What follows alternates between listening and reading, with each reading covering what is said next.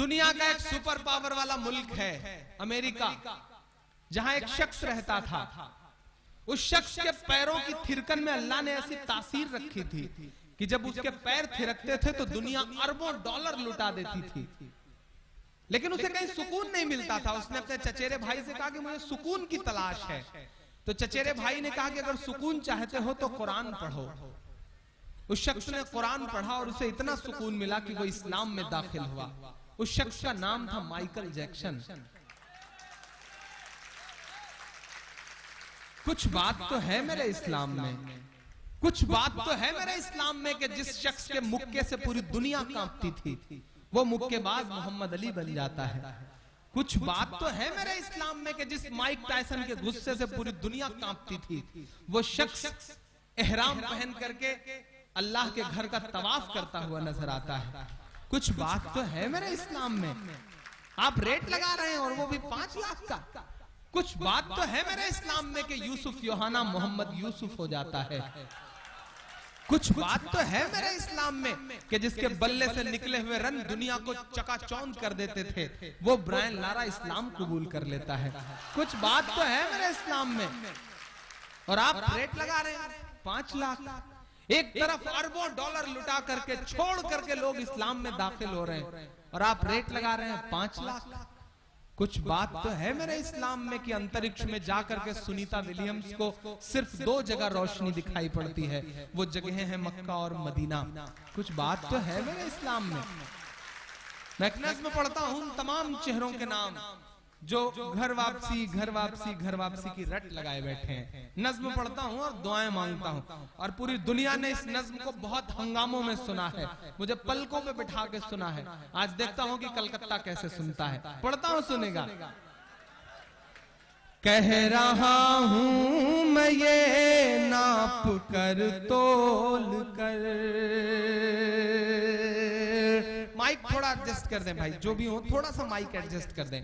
कह रहा हूं मैं ये नाप कर तोल कर अपने ईमान की आवाज पर बोल कर, अपने ईमान की आवाज पर बोल कर।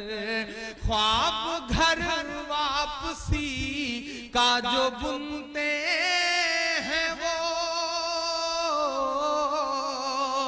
ख्वाब घर वापसी का जो बुनते हैं वो मेरी धड़कन सुने कान को खोल कर, मेरी धड़कन सुने कान को खोल कर। हम मोहम्मद के इस्लाम की शान पर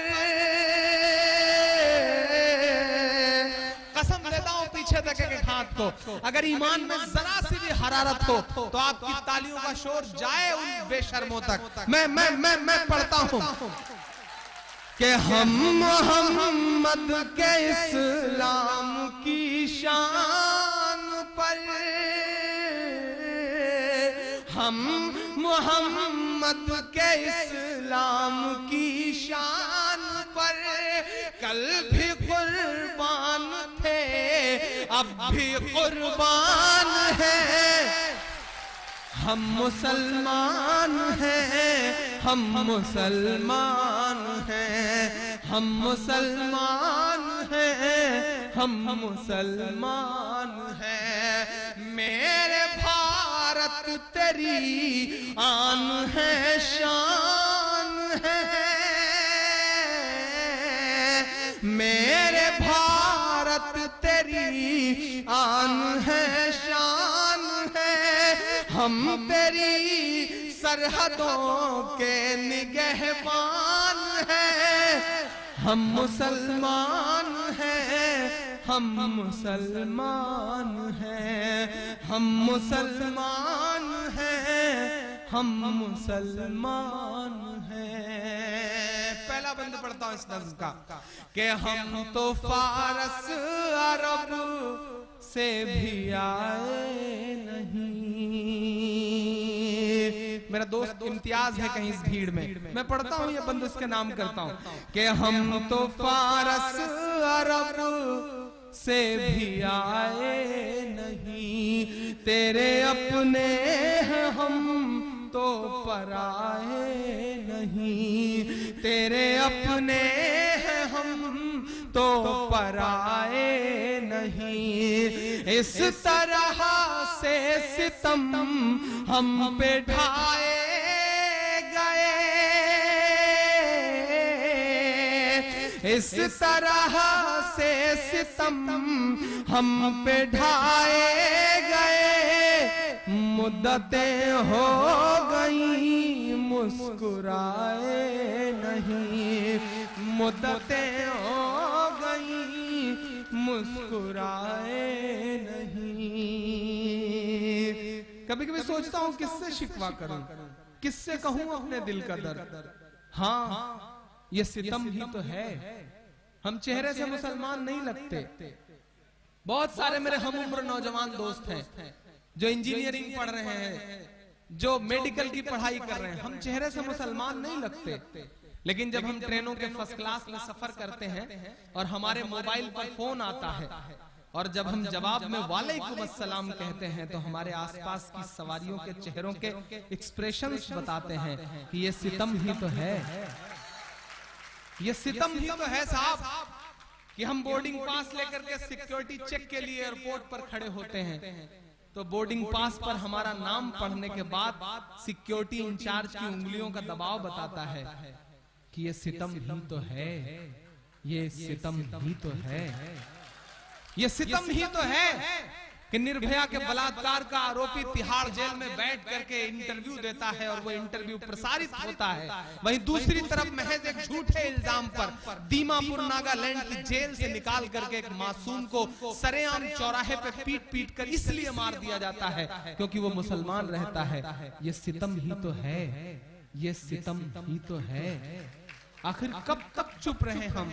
ये सितम ही तो है कि आत्मसमर्पण करने के बाद भी एजेंसियां ऐसे ताना बाना बुनती हैं कि हमारी सुप्रीम कोर्ट सजाए मौत देती है एक इंसान को, लेकिन उससे पहले प्रेजेंट टाइम के प्रधानमंत्री का कत्ल करने वाले लोग आज भी उम्र कैद की सजा काट रहे हैं। ये सितम ही तो है साहब, इस सितम पर हमें बोलना तो पड़ेगा। मुद्दतें हो गई मुस्कुराए नहीं, इस तरह से सितम हम पे ढाए गए, इस तरह से सितम हम पे ढाए गए, मुद्दतें हो गई मुस्कुराए नहीं। गवाह है हिंदुस्तान की तमाम इमारतें मेरे इन मिस्रों की। मैं पढ़ता हूँ कि दिल्ली बता धोखा तुझे कब हमने दिया है, दिल्ली बता धोखा तुझे कब हमने दिया है, इतराने के लायक जो है सब हमने दिया है, इतराने के लायक जो है सब हमने दिया है। और हिंसा का जो इल्जाम लगाते हैं वो सुन लें, गांधी को महात्मा का लक़ब हमने दिया है, गांधी को महात्मा का लक़ब हमने दिया है कि मेरे पुरखों की जागीरदारी है ये। मेरा तेवर बोल रहा है इन मिस्रों में, अपनी खुददारी जोड़िएगा मेरे इन मिस्रों के साथ कि मेरे पुरखों की जागीरदारी है ये, मत समझना कि हम लोग मेहमान हैं, हम मुसलमान हैं, हम मुसलमान हैं, हम मुसलमान हैं, हम मुसलमान हैं। एक बंद पढ़ता हूं साहब, हमें बेवकूफ बनाने के लिए और हिंदुस्तान की खूबसूरत जो मोहब्बत भरा समाज है उसके ताने बाने को बुनने के लिए, तोड़ने के लिए, कभी घर वापसी, कभी लब जिहाद और मजेदार बात बताऊं साहब, ये जो लफ्ज जिहाद का नारा देने वाले लोग हैं ना, उनकी सगी बेटियों ने सगे मुसलमानों से शादियां करी हैं। इस्तेहार उठा के देख लीजिए। ये सिर्फ हमको आपको तोड़ने की कोशिशों में लगे हुए हैं। एक साहब है जिनका नाम है सुब्रमण्यम स्वामी। अभी ताजा बयान आया था शमीम भाई, उस आदमी का बेहूदगी भरी बात उस शख्स ने कही कि मस्जिद कोई खुदा का घर थोड़े ही है, जब चाहो उसे तोड़ दो। मैंने उस दिन से नया उनका नामकरण संस्कार किया। वो सब पे मुकदमा करते रहते हैं। मैं दुआ करता हूं कि मेरी बात उन तक पहुंचे और वो मुझ पर भी मुकदमा करें, क्योंकि मैंने बहुत जायज बात कही है। जब से उस शख्स ने ये बात कही हमारे दिलों को ठेस पहुंचाने वाली, तब से मैं उसे सुब्रमण्यम स्वामी नहीं बल्कि सुअर मरियम स्वामी कहता हूं। और मुझे लगता है कि ये नाम बहुत सही है उस शख्स का। मैं मिसरे पढ़ता हूं, ऐसे तमाम लोगों के नाम मैं मिसरे करता हूं जो हिंदुस्तान की खूबसूरत कौमी एकजहती को तोड़ने की कोशिशों में लगे हुए हैं। अगर घर वापसी का नारा देना है तो मैं नाम गिना रहा हूं, हिम्मत है तो उनकी घर वापसी करवाओ। पढ़ता हूं, सुनिएगा। कि सब पे लागू न ये बेबसी कीजिए, स्वामी जी सब पे लागू न ये बेबसी कीजिए, अपने घर की भी कुछ चौकसी कीजिए, अपने घर की भी कुछ चौकसी कीजिए।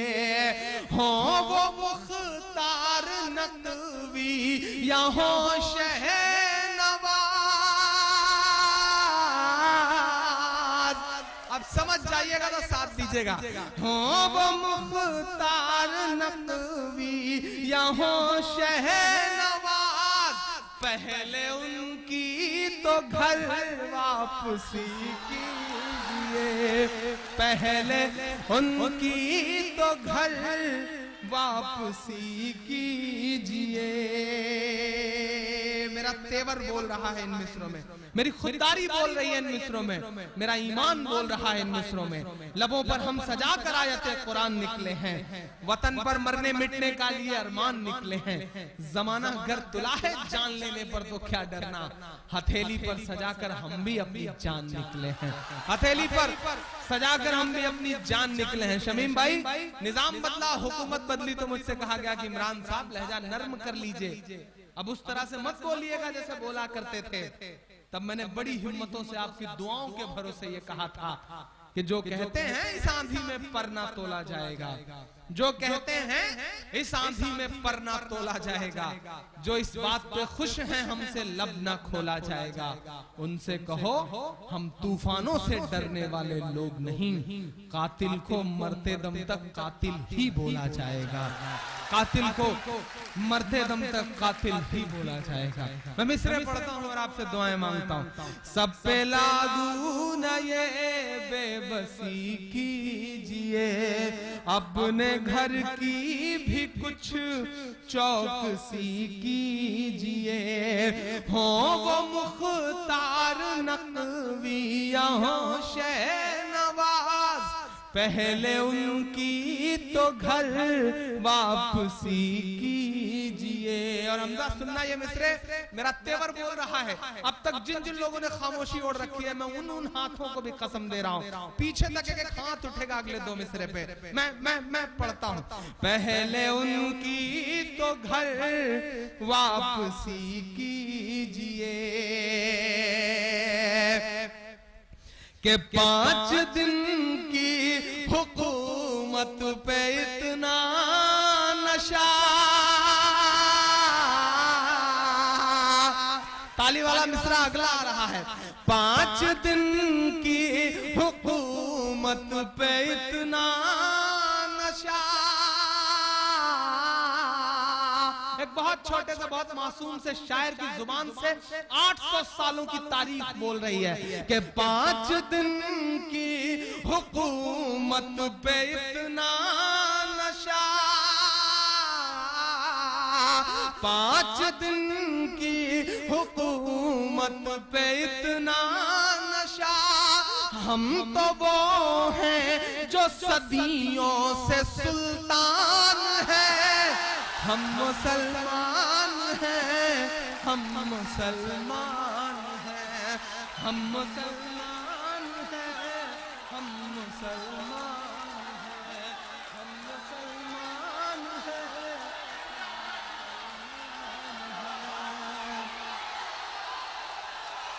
बहुत शुक्रिया, बहुत बहुत बहुत शुक्रिया।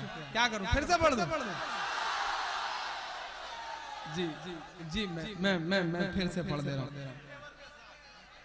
कि सब पे लागू न ये बेबसी कीजिए, अपने घर की भी कुछ चौकसी कीजिए। हो वो मुख्तार नकविया शहनवाज, पहले उनकी तो घर वापसी कीजिए। कि 5 दिन की हुकूमत पे इतना नशा, 5 दिन की हुकूमत पे इतना नशा। हम तो वो हैं जो सदियों से सुल्तान हैं। हम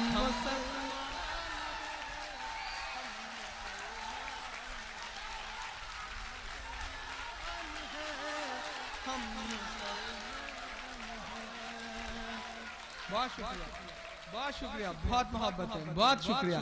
हम मुसलमान हैं, हम मुसलमान हैं। मेरे भारत तेरी आन है, शान है। मेरे भारत तेरी आन है, शान है। हम तेरी सरहदों के निगहबान हैं। हम मुसलमान हैं, हम मुसलमान हैं, हम मुसलमान हैं, हम मुसलमान हैं।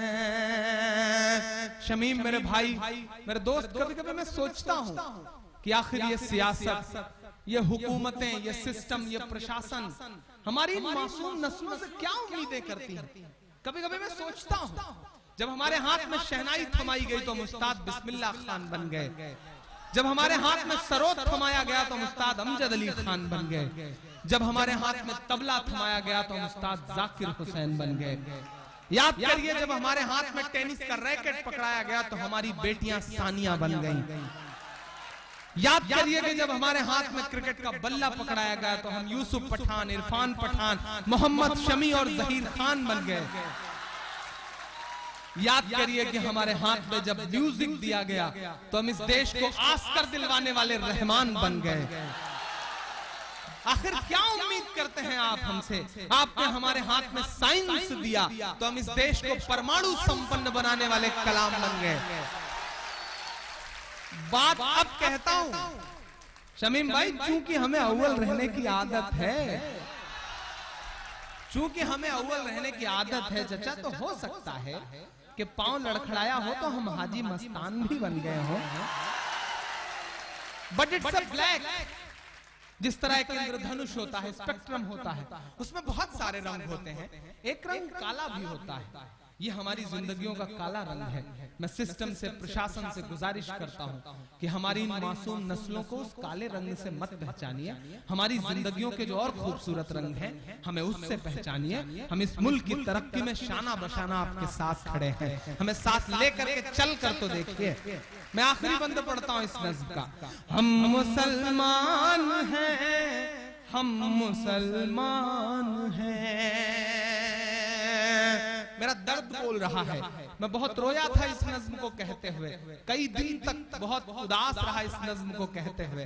पढ़ते पढ़ते भी कभी कभी अंदर से बहुत टूट सा जाता हूँ कि हमें ये भी बोलना पड़ रहा है कि बुद्दों के लिए, मैं कदों के लिए, अपनी बेशर्मियों की हदों के लिए, अपनी बेशर्मियों की हदों के लिए, तुमने चाही अज़ानों पे पाबंदियां,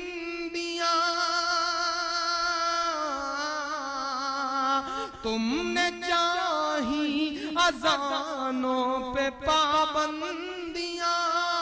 हम तो लड़ते रहे सरहदों के लिए, हम तो लड़ते रहे सरहदों के लिए।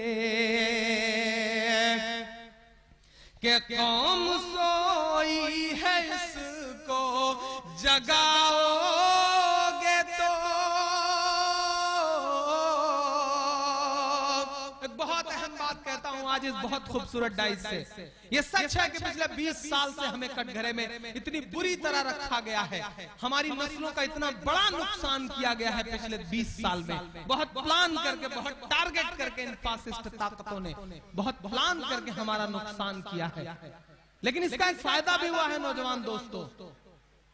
इस फायदे के पहलू को जल्दी कोई नहीं समझेगा।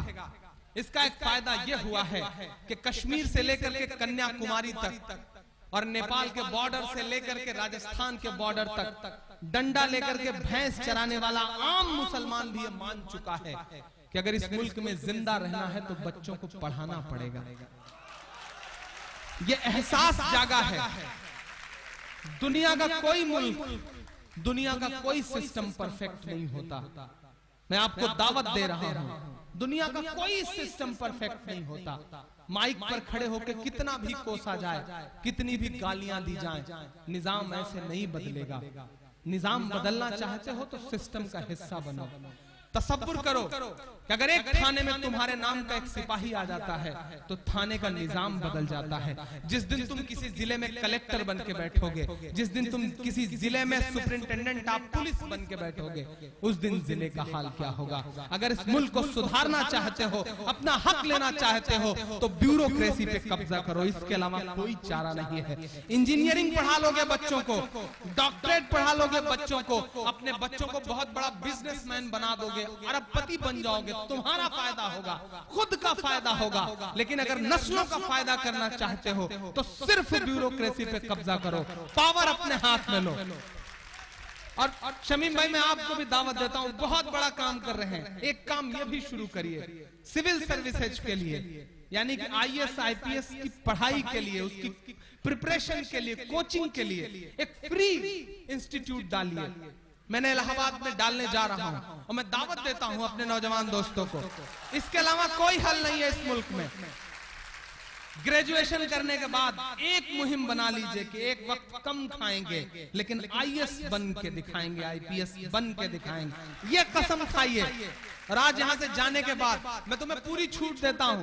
मैं मानता हूँ कि हमारी नई नस्लें थोड़ी सी बदमाश हैं, हमारी नई नस्लें थोड़ा सा हीरोगिरी में ज्यादा रहती हैं, शाहरुख, सलमान और आमिर की फैन ज्यादा हैं। इस बात पर हमारे बड़े बुजुर्ग चिढ़ते भी हैं, लेकिन फिर भी मैं तुम्हें छूट देता हूँ।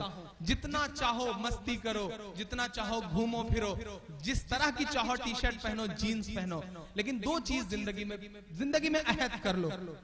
कुछ भी करो लेकिन अजान हो तो मस्जिद का रुख कर लो, जाओ नमाज पढ़ो, उसके बाद जो करना है करो, क्योंकि नमाज हर चीज से रोकती है, हर बुराई से रोकती है। एक दिन इंशाअल्लाह तमाम बुराइयां खत्म हो जाएंगी। और दूसरी एक बात अपने दिल के अंदर बैठा लो कि नहीं, बहुत हो चुका, बहुत झेल चुके हमारे बड़े बुजुर्ग, बहुत झेल चुके हमारे पुरखे। अब इंशाल्लाह हम पढ़ेंगे, हम सिस्टम का हिस्सा बनेंगे, हम पावर का हिस्सा बनेंगे। इंशाल्लाह हम ये करेंगे। अगली साल जब मैं यहाँ आऊं तो मैं उम्मीद करूं कि वो इंस्टीट्यूट शुरू रहेगा शमीम भाई। और आज ये आप बहुत बड़ा वेलफेयर ट्रस्ट चला रहे हैं। मैं बहुत छोटा सा शायर हूं, मेरी बड़ी छोटी सी औकात है, लेकिन मैं आज यहाँ घोषणा कर रहा हूं और ये बात कह रहा हूं कि इंशाल्लाह आज आप जब मिलिएगा प्रोग्राम के बाद तो मैं उस इंस्टीट्यूट के लिए अभी से अपनी तरफ से आपको 21,000 रुपए अभी से डोनेट कर रहा हूं। उसे रखिएगा और शुरुआत करिएगा इंशाल्लाह। एक मुहिम शुरू करिए। कौम सोई है इसको जगाओगे तो। एक इशारा जगा देता है, एक झटका जगा देता है। मुझे लगता है कि एक बेजान लटकते हुए सूली पे जिस्म ने आपको भी कहीं ना कहीं झकझोरा है, बेदार किया है। तो जाग जाइए। अगर आप अदालतों में जज होते, अगर आप अदालतों में वकील होते तो शायद बात इतनी खराब न हो पाती। बनो, हिस्सा बनो। कौम सोई है इसको जगाओगे तो, कौम सोई है इसको जगाओगे तो, ये समझ लेना हम लोग तूफान हैं, हम मुसलमान हैं, हम मुसलमान हैं, हम मुसलमान हैं, हम मुसलमान हैं। मेरे भारत तेरी आन है, शान है, हम मुसलमान हैं, हम मुसलमान हैं। बहुत शुक्रिया, बहुत मोहब्बतें। और आखिर में जाते जाते बस एक छोटी सी नज्म का एक बंद पढ़ के जा रहा हूं, और ये भी कह रहा हूं दोस्तों कि मैंने आज बात तो एक बड़ी सी बात अल्लाह ने मुझसे कहलवा ली है। आप जितनी बड़ी तादाद में हैं, अगर आप शमीम को एक एक रुपया भी देंगे रोज, तो इंशाल्लाह वो एजुकेशन सिस्टम का जो वो इंस्टीट्यूट है वो बहुत अच्छे से रन करेगा। गुटके में से एक रुपया खर्च कर देना कि चलो ये आने वाली नस्लों के लिए दे रहा हूं, ये कर लोगे तो इंशाल्लाह 10 साल में पता नहीं क्या हो जाएगा। 10 साल में मैं बदलते हुए हिंदुस्तान को देख रहा हूं। मैं तो वो ख्वाब लेके चला हूं। जब मैं मुशायरों में आया चाचा, तो मुझसे ये कहा गया कि इमरान साहब, जो पढ़ रहे हो इसमें शायरी नहीं है, जो पढ़ रहे हो इसे अदब में कहीं जगह नहीं मिलेगी। जो तुम पढ़ते हो नज़्में, वो मरने के बाद किताबों में नहीं पढ़ाई जाएंगी। तब मैंने छाती ठोक करके अपने बड़े शायर दोस्तों से ये कहा था कि मैं जानता हूं कि जो मैं पढ़ रहा हूं उसे अदब में जगह नहीं मिलेगी। मैं ये भी जानता हूं कि मैं जो पढ़ रहा हूं इसे मेरे मरने के बाद किताबों में नहीं पढ़ाया जाएगा। लेकिन मैं ये भी जानता हूं कि इंशाअल्लाह मैं जीते जी इंकलाब जरूर पैदा कर जाऊंगा। मैं उस कोशिश में लगा हुआ हूं, मैं उस मुहिम में आपके साथ हूं। इस मिशन का हिस्सा बनिए, पढ़ाइए अपने बच्चों को। जब तक पढ़ाओगे नहीं, वो तो चाहते हैं कि हम जाहिल रहें, वो तो चाहते हैं कि हम पंचर जोड़ने वाले बन के रह जाएं, वो तो चाहते हैं कि हमारे हाथ में सिर्फ ट्रक और टैक्सी का स्टीयरिंग रहे, वो ये चाहते हैं कि हम सिर्फ पल्लेदार बन के रह जाएं, वो ये चाहते हैं कि हम सिर्फ मजदूर बन के रह जाएं। लेकिन मैं आपसे गुजारिश कर रहा हूं, और मेरी माएं बहनें भी यहाँ बैठी हैं, सबसे बड़ी गुजारिश आपसे करता हूं, आप किसी बच्चे का सबसे पहला स्कूल होती हैं। आप अपनी गोद में जब बच्चे को लेती हैं तो उसी दिन तय हो जाता है कि इस बच्चे को बनना क्या है। आप अहद करिए कि घर से एक चुटकी जो है आटा वो हर दिन रखे जाएंगे उस बच्चे की पढ़ाई के लिए, लेकिन बच्चे को पढ़ाएंगे। ये अहद कर लीजिए, थोड़ा सा अपने आप को बदलिए, इंशाल्लाह निजाम बदलेगा। मैं एक बहुत छोटी सी नज़्म का एक बंद पढ़ दूं, बहुत सारा वक्त हो गया, 11 बजने को आ गए। उसके बाद चूंकि प्राइज डिस्ट्रीब्यूशन भी होना है, मैं एक मदरसा जी मैं वो भी पढ़ दूं। अच्छा, वो 4 मिसरे, चूंकि पढ़ाई की बड़ी बातें हो रही हैं, जियाउल हक के 4 मिसरे के लिए इनका हुक्म हो रहा है। चूंकि मैं उस जिले से हूं जहां जियाउल हक के साथ वो दुर्घटना हुई, जहां वो हादसा हुआ। बड़ी मशक्कतों से तो लाखों में एक IPS, IAS या PPS ऑफिसर बन पाता है हमारा, और वो भी जब ऑन ड्यूटी मार दिया जाए तो हम जैसे शायर की जिम्मेदारी बनती है कि वो बोले। मैंने 4 मिसरे कहे। एक बड़ी बात कहता हूं कि जिस शख्स ने वो पूरा वाकया अंजाम दिया वो मेरे जिले का एक बहुत ताकतवर इंसान है। माइक पर खड़े होकर के मोदी से लेके ओबामा तक के बारे में बोलना बड़ा आसान है, लेकिन अपने जिले में खड़े होकर के अपने जिले के जालिम के खिलाफ बोलना बड़ा मुश्किल काम है। लेकिन मैंने बोला है आपकी दुआओं के भरोसे। मैं सिर्फ इसलिए बोल लेता हूं कि जब मैं किसी मंच पे खड़ा होता हूं, किसी माइक पर खड़ा होता हूं और बोलना शुरू करता हूं, तो मेरी आंखों के सामने शिवपुर का मंजर आ जाता है कि हजारों माएं बहनें मेरे लिए दुआएं करती हैं। मेरी आंखों में हिंदुस्तान के किसी शहर का मंजर आ जाता है, तब मैं कह देता हूं कि अर्श वाले मेरी तकदीर सलामत रखना, अर्श वाले मेरी तकदीर सलामत रखना, जमी के सारे खुदाओं से उलझ बैठा हूं। मैं कोशिश कर रहा हूं कि जालिम के मुंह पर उसको उसके जुल्म का एहसास दिला सकूं, क्योंकि ये भी एक ईमान का हिस्सा है। ये हदीस है, अल्लाह के रसूल ने कहा कि ईमान का 3 दर्जा है। अगर कोई जुल्म कर रहा है और तुम में ताकत है तो उसके सामने अपनी ताकत से जुल्म को रोक दो। नहीं कर सकते तो दूसरा दर्जा यह है कि अगर कोई तुम्हारे सामने जुल्म कर रहा है तो अपनी जुबान से उसे बुरा कहो, उसके सामने उसे बुरा कहो। और सबसे निचला तबका यह है कि अगर ये सब भी नहीं कह सकते तो दिल में उसे बुरा मानो और हट जाओ। तो इंशाल्लाह अल्लाह ने मुझे दूसरा वाला दर्जा दे रखा है, मैं उसका इस्तेमाल करता हूं कि मिसरे पढ़ता हूं और आपसे दुआएं मांगता हूं। भला इंसान क्या कोई परिंदा तक नहीं मरता, भला इंसान क्या कोई, परिंदा तक नहीं मरता, भला इंसान क्या कोई, परिंदा तक नहीं मरता, कोई जांबाज फिर बेमौत यूं नाहक नहीं मरता, सियासत अपने तेवर सख्त कर लेती तो ये तय था हमारे घर नहीं जलते, जियाउल हक नहीं मरता, हमारे घर नहीं जलते, जियाउल हक नहीं मरता। 2 मिनट एक नज़्म मुझे याद आ गई नई सी, थोड़ा सा इको हल्का सा कम कर दीजिए। एक बहुत नई सी नज़्म याद आई, हिंदुस्तान में अभी तक मैंने उस नज़्म को कहीं पढ़ा नहीं, सिर्फ बाहर के एक मुशायरे में इस नज़्म को पढ़ा था। कोई तमहीद नहीं बनाऊंगा, बहुत बहुत दर्द दिया इस नज़्म ने मुझे, एक हादसे ने। वो नज़्म आपको सुनाता हूं। कल रात मेरी आँख, बिल्कुल नहीं सुना है आपने इस नज़्म को। कल रात मेरी आँख ये कहते हुए रोई, कल रात मेरी आँख, कल रात मेरी आँख ये कहते हुए रोई, बर्मा के मुसलमानों की आवाज सुने कोई, आवाज सुने कोई, आवाज सुने कोई, कल रात मेरी आँख, कल रात मेरी आँख ये कहते हुए रोई, बर्मा के मुसलमानों की आवाज सुने कोई, आवाज सुने कोई, आवाज सुने कोई।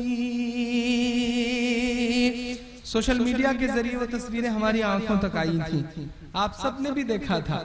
बड़ी बड़ी बातें करने वाले सारे मुल्क चुप हैं, सब चुप हैं कि दुनिया को जली लाश के मंजर नहीं दिखते, दुनिया को जली लाश के मंजर नहीं दिखते, मुर्दा हुए एहसास के मंजर नहीं दिखते, मुर्दा हुए एहसास के मंजर नहीं दिखते, हथियार लिए फिरते हिंसा के पुजारी, हथियार लिए फिरते अहिंसा के पुजारी, और खून भरी प्यास के मंजर नहीं दिखते, और खून भरी प्यास के मंजर नहीं दिखते। अब सारे मसीहा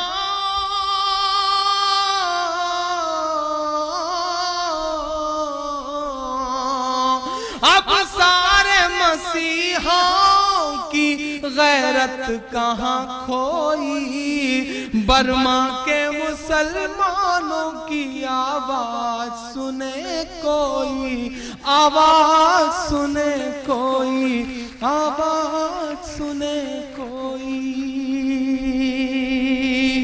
तसव्वुर करिए, खबरें ऐसी थी साहब कि कश्ती में बिठा करके उतार दिया गया समंदर में, उस तरफ का कोई मुल्क लेने को तैयार नहीं, न श्रीलंका लेने को तैयार है, न बांग्लादेश लेने को तैयार है, न पाकिस्तान लेने को तैयार है, कोई लेने को तैयार नहीं। महीनों महीने गुजर जा रहे हैं।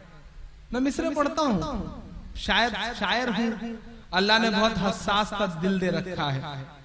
ये सब तस्वीरें बड़ी रुलाती रही मुझे। मैं बंद पढ़ता हूं। बर्मा के मुसलमानों की आवाज सुने कोई, आवाज सुने कोई, आवाज सुने कोई, के कश्ती है समंदर है किनारा ही नहीं है, कश्ती है समंदर है किनारा ही नहीं है बेसरो सामान सहारा ही नहीं है बेसरो सामान सहारा ही नहीं है। बर्मा में रहे और कोई उनके अलावा, बर्मा में रहे और कोई उनके अलावा, ये बुद्ध के चेलों को गंवारा ही नहीं है, ये बुद्ध के चेलों को गंवारा ही नहीं है। दुनिया भी